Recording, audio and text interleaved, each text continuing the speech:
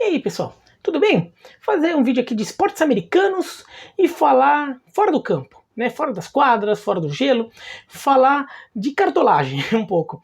Tá? Porque quem já viu vídeo de esportes americanos aqui, talvez tenha prestado atenção que algumas vezes eu mencionei o comissário da liga, e que às vezes eu traduzo como o manda-chuva da liga. E daí algumas pessoas podem ter chegado, por que comissário da liga? Que afetação, comissário da liga? Por que não presidente da liga? Né? Porque assim, quem manda na CBF é o presidente da CBF, quem manda na FIFA é o presidente da FIFA, é o Infantino, é o Rogério Caboclo na CBF, né? Por que não é o presidente da NBA? Porque é o comissário da NBA. É porque nas ligas americanas é assim, e há uma diferença assim entre os cargos, né? Uma diferença que já foi muito maior do que é hoje. Esse cargo de comissário, e olha, que tem em todas as ligas o comissário, tem na NBA, na NFL, na Major League Baseball, na NHL, na Major League Soccer, na WNBA, tem tudo quanto é liga, aí tem comissário, tá? Mas qual a diferença? As ligas tinham presidente, tá? A Major League Baseball tinha presidente, e na década de 1910, né, teve um escândalo muito grave na Major League Baseball, que os jogadores do Chicago White Sox teriam vendido os resultados da World Series daquele ano. Né? Eu até fiz um vídeo sobre isso, vai aparecer aqui no final desse aqui. Tá? E para investigar o caso, a Major League Baseball contratou um comissário. Na verdade, não é que ela contratou, mas ela estabeleceu ali uma comissão e criou. O líder dessa comissão era o comissário, que foi designado, né? Selecionaram uma figura com capacidade de comandar esse processo e foi estabelecido como comissário dessa investigação. Porque ele poderia investigar, julgar e considerar até de acordo com tudo que fosse levantado e as questões esportivas envolvidas aí naquilo, que era a venda dos resultados da final da liga entre o Chicago White Sox e o Cincinnati Reds. Com o tempo, o cargo de comissário foi ficando. E a diferença entre comissário e presidente foi ficando cada vez menor, porque o comissário começou a absorver as funções do presidente até o presidente não existir mais. Né?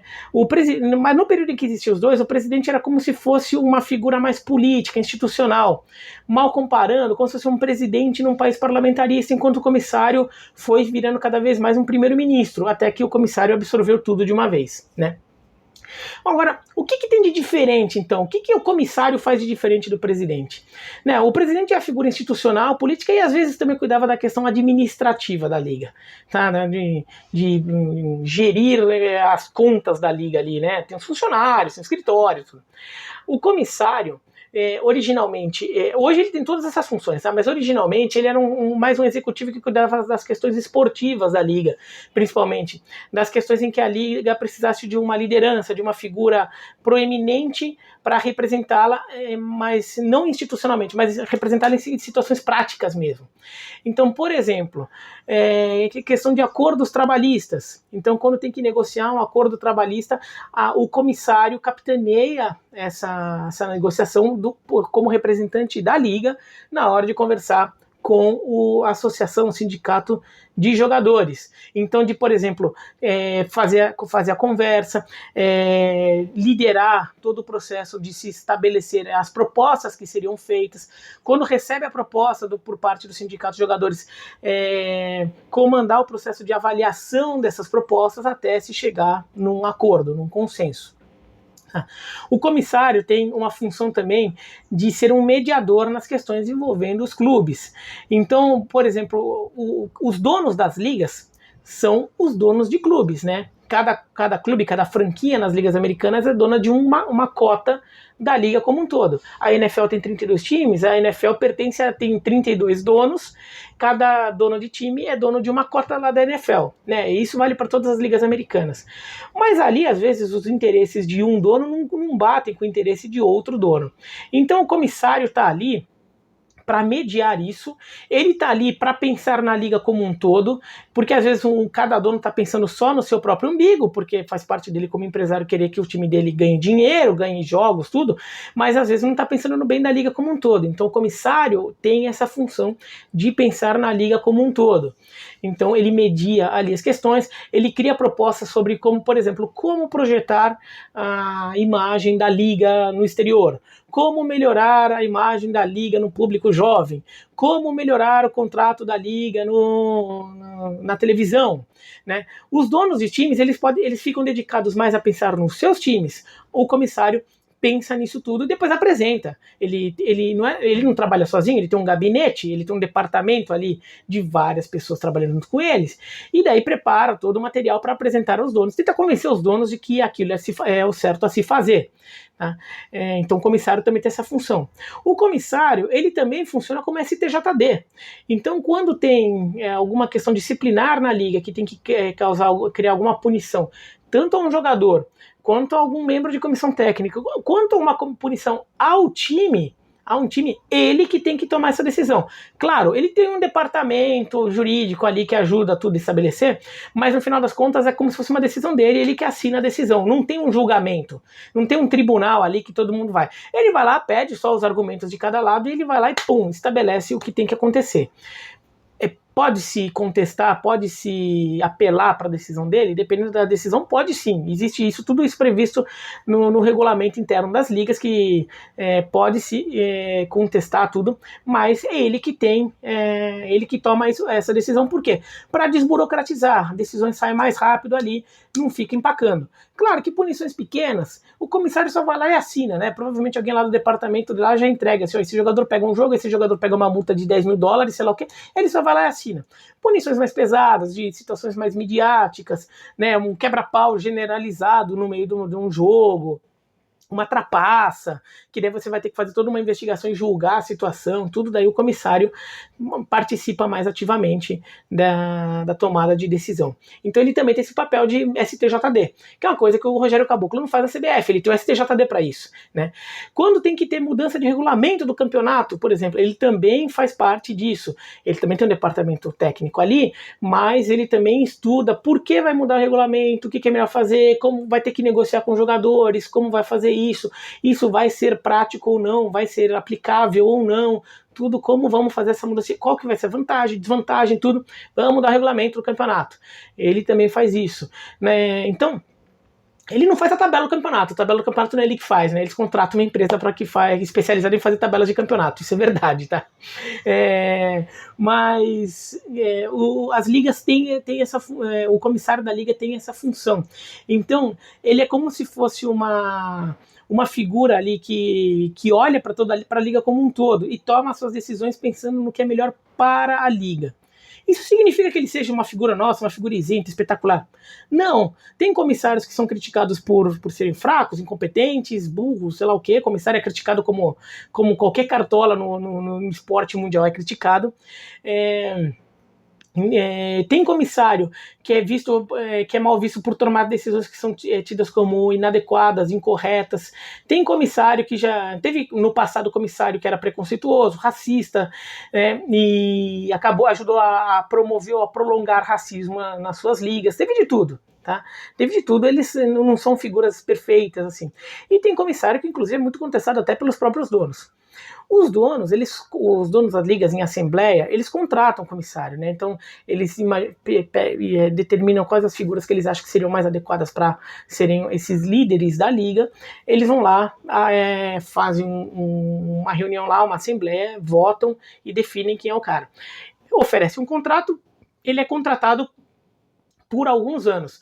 E ele é um profissional contratado. Então ele não tem exatamente um mandato, ele tem um contrato que pode ser renovado. Não é que assim, quando termina o contrato dele tem que ter uma eleição e outros caras lá, eu quero ser comissário. Não é assim.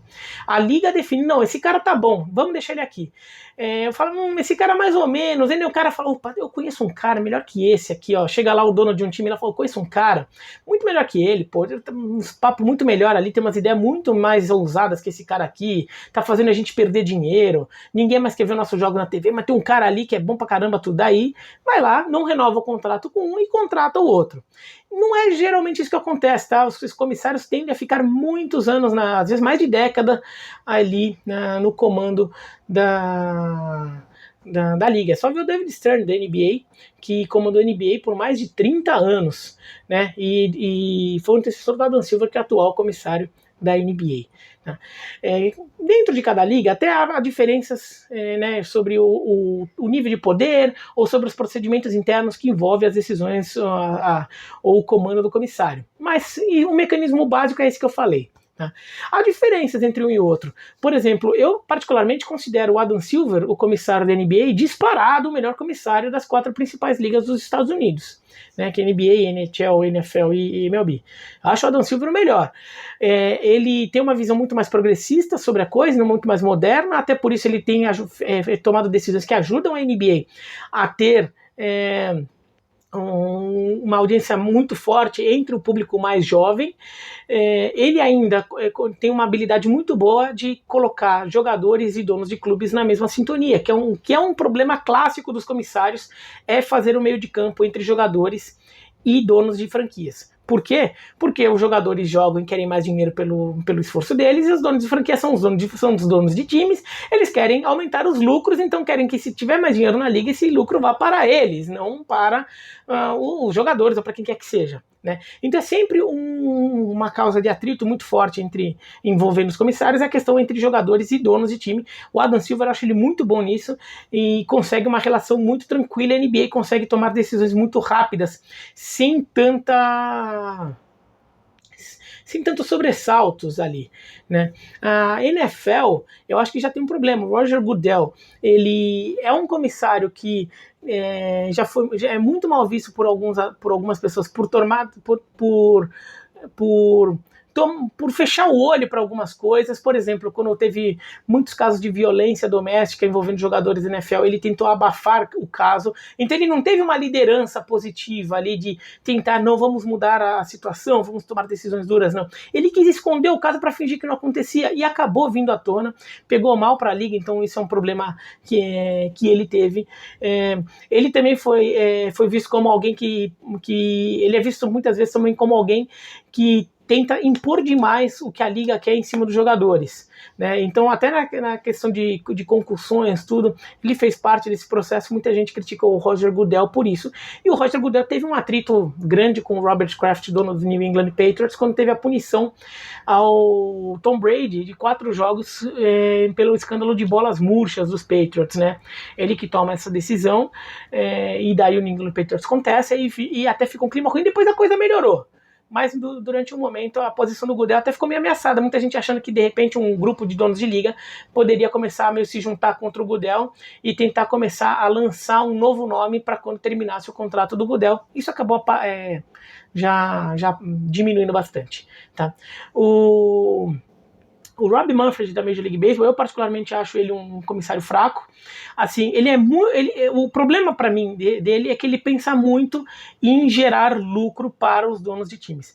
Isso não é particularmente uma coisa errada. O problema é que ele coloca isso de uma forma tal que ele acaba tomando decisões que são muito mal vistas pelo público e pelos jogadores, e cria situações ruins ali, né? Então, mudanças de regulamento que muitas vezes são impopulares. Ele tenta forçar acordo trabalhista que desagrada muito os jogadores. E, por exemplo, o nível de tensão entre os jogadores e a liga ficou tal que para 2021 há um risco sim, ao final de 2021, há um risco sim do beisebol entrar em greve, porque vai terminar o acordo trabalhista e não se vê uma perspectiva tão boa ali de renovação, de criação de um novo acordo trabalhista. O Robbie Manfred, que era muito hábil no trabalho dessas negociações, quando ele era um assistente do comissário anterior, o Bud Selig, quando ele assume, ele acaba indo muito na onda dos donos de times e tem imposto situações ali que podem complicar a liga. Então, muito torcedor reclama muito das decisões dele, que ele só está pensando em dinheiro, dinheiro, dinheiro, e não pensa na qualidade do esporte em si. Tá? Ele não pensa na essência do jogo e pode acabar perdendo o público por causa disso. O Gary Bettman, que é o comissário da NHL, até acho que ele vive num momento melhor agora. Acho que ele até tá indo tranquilinho, assim. Acho que ele já teve um momento muito ruim, quando acho que ele tinha dificuldade de perceber que a NHL não é uma liga do mesmo tamanho das outras 3. E por isso Ele, por exemplo, fez com que a NHL perdesse uma temporada por causa de uma greve, por não saber capitanear o processo de negociação de acordo trabalhista. Ainda teve um escândalo ali constrangedor para o Gary Bettman, quando ele quase permite, como dono da liga, ele quase permite que o New York Islanders fosse vendido por um trambiqueiro. Era um cara que não tinha dinheiro para comprar o time, forjou documentos para fingir que tinha dinheiro para comprar o New York Islanders, e a NHL estava deixando passar, né? E quase que ele consegue comprar. Ele chega, inclusive, assim, por alguns dias, ser considerado dono do New York Islanders, né? E o comissário tem essa função de fiscalizar também quando tem troca de dono, quando tem uma disputa ali sobre um time que está querendo trocar de cidade, ele tem que ficar de olho nisso, ver o que tem que acontecer, se os outros donos aprovam, então ele tem que participar dessa negociação também. E o Gary Bettman ali foi muito mal, até acho que agora ele já vive uma fase melhor ali, mas também é um comissário que é muito mal visto. Você vê que cornetar cartola é uma coisa que não é exclusiva do futebol, tá? Mas é isso, então se você gostou do vídeo da gente, não gostou, se inscreve no canal, clica no sininho para receber notificação. Escreve aqui embaixo o que vocês acham até disso. Se de repente vocês imaginam que seria bom, por exemplo, para CBF ter alguém com uma função assim, eu até acho que seria interessante. Talvez não o presidente da CBF, mas ter alguém, deixa o presidente lá para ficar apertando um monte de presidente de federação estadual, sei lá o que, de político, tudo, mas no dia a dia ali, para ver regulamento de campeonato, não é mais ou menos que o Walter Feldman teoricamente faz, mas alguém com um pouco mais de força, alguém que seja reconhecido no meio, alguém que assim tenha poder ali, né, que seja legitimado até pelo seu currículo para tomar essas decisões e não ficar simplesmente tentando acomodar interesses, tá bom? Mas é isso então.